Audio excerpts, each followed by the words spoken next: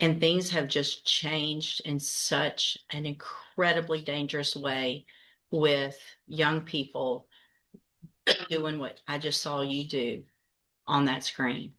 Um, I cannot imagine the fear that that person had that was working in that store, that he now has just trying to go to work, make a living, and go home. And he has three people come in and not just grab a little quick something and run out, but terrorize him for quite some time, pulling him around, yanking him around, putting guns in his face, all three of you. I also, in addition to the PSI, get jail incident reports. And you apparently like to fight and jump people, which is what's been happening in the jail.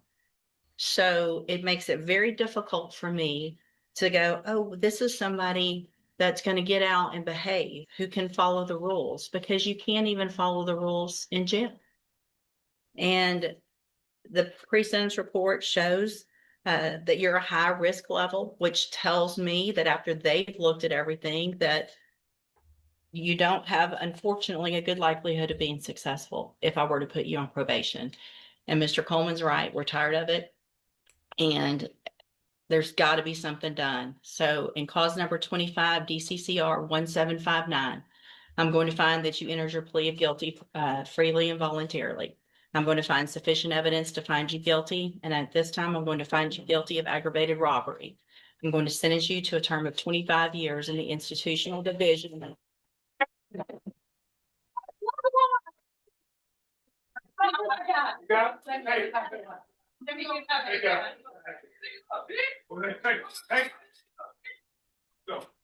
Come on, Mom. Here. I'm going to sentence you to a term of 25 years in the institutional division of the Texas Department of Corrections. You will receive credit on that sentence for any time that you've been in custody that the law gives you the right to receive. I'm handing you the trial court certification. This was not an agreement. You have some rights to appeal. I have also handed you a written admonishment regarding your ineligibility to possess a firearm or ammunition.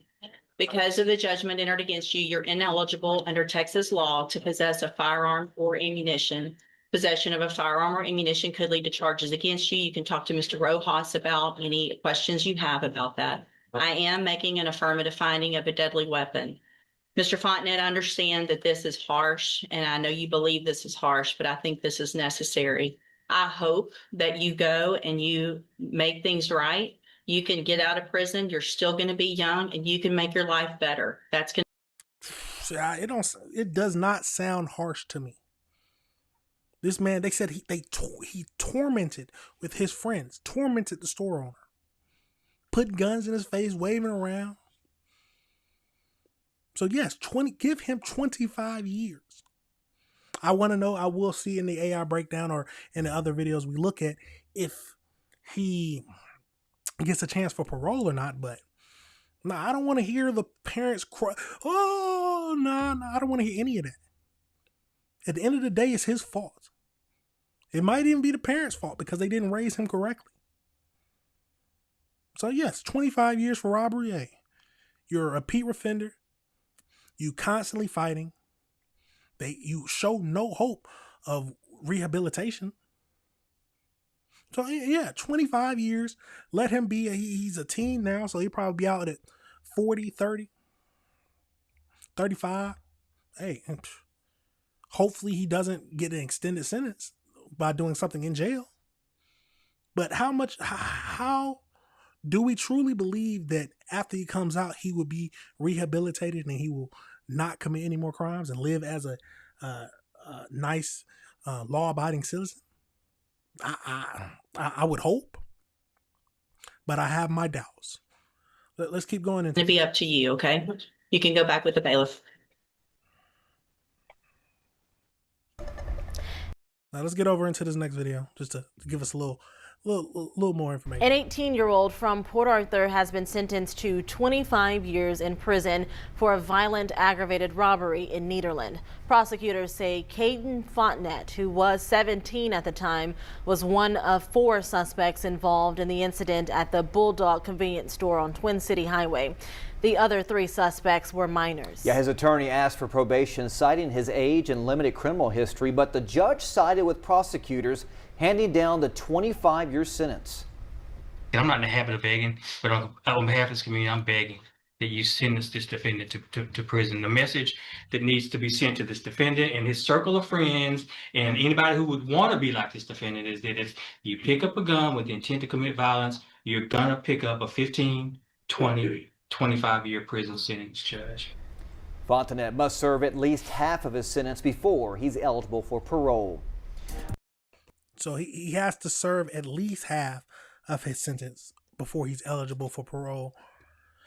Hey, throw the book at him. So 25 years he needs to serve, so he needs to be at least in there for 12 and a half years. They said he was 18, so he can get out at 30 years old. But is that long enough to set him straight for the rest of his life? We'll have to wait and see. And I wonder about the friends. The main thing about the friends, how much time are they going to get sentenced? But let's go over into the AI breakdown just to see a little bit more information about this whole case. So as we know, on March 10th, Caden, an 18-year-old from Port Arthur, was sentenced to 25 years for his role in a violent armed robbery at a convenience store in Texas. In October 2025, him and 2 others robbed the Bulldog Express on Twin City Highway. Surveillance footage showed the suspect burnishing an assault-style rifle and using it to assault the store clerk. He pleaded guilty to aggravated robbery because there was no agreed punishment recommendation between the defense and the prosecution. The final decision rested on the judge. The judge delivered a blunt courthouse lecture that has since gone viral, what we've seen, and factored in a 25-year sentence. The judge noted that he had been caught fighting and jumping people in jail, demonstrating his inability to follow rules. The assistant district attorney implored the court to protect the community, stating that the sentence should send a message for picking up a gun for violence leading to significant prison time. Yes, you cannot be harsh on crime. That's the only way to get to these young children. You have to throw the book at them so they understand that this is not the life for you. If you don't want to end up in jail for the rest of your life, yes, be strict and hard on crime. While defense attorneys requested probation due to his age and limited history, the judge labeled him as a high risk and stated that she did not believe he would be successful if given a second chance through probation. So he will be eligible for parole after serving half of his sentence, or 12 and a half years, because a deadly weapon was used. Immediately following the announcement, the 25-year term, the family erupted in emotional protest and had to be escorted out of the courtroom by bailiffs. Why would you get all huffing and puffing about his sentencing, but you didn't do all this when he was out there committing these crimes? Or you don't explain to him that this is what the outcome is from your actions. This is something you brought on yourself. Well, if you could say that if you was a good parent, but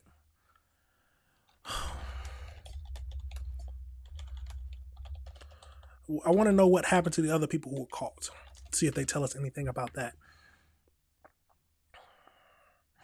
So in addition to Caden, 4 other suspects were eventually identified with the connection of the robbery. So 3 juveniles. At the time of the initial arrest on October 10th, 3 minors from Port Arthur were taken into custody. Because they were juveniles, their names and specific sentencing details have not been publicly released by authorities. 2 were captured after their getaway vehicle crashed into the concrete median, while the 3rd was caught after a foot chase from the store. In November 2025, investigators identified a 5th suspect, 17-year-old Jaden Simmons, who had initially evaded capture. Surveillance footage revealed that he was part of the group that entered the store armed with a deadly weapon. He was subsequently charged with aggravated assault. During his sentencing, the court reviewed surveillance video showing him and the two of these accomplices burnishing their firearm and yanking around the store clerk. The group attempted to escape in 2 separate vehicles as the police arrived. Both vehicles sped away, failed to navigate a turn onto US 69 service road and crashed. While officers were busy at the crash site, the one who was sentenced to 25 years and another suspect were spotted running from the store on foot and was apprehended shortly after. Yeah, man. Throw the book at them at the end of the day. Throw the book at them. But let me know your thoughts on that situation, y'all. Let me know how you feel about it. Ooh. Do you think, would you have the same reaction as his family? If for some reason that I couldn't teach my son and I, for some reason, I don't even want to put that in the air, but for some reason I had to end up in court watching him get sentenced, I'm not going to be, I'm going to be upset, yes. But at the end of the day, especially if I feel like I truly taught him right and for some reason he just didn't want to follow the rules or the environment around him shaped him too far away from me, but I would just explain to him that this is the consequences of your action. Hopefully that you can, while you're in jail, you learn to be a better person. But let me know your thoughts on this situation, y'all. Let me know how you feel about it.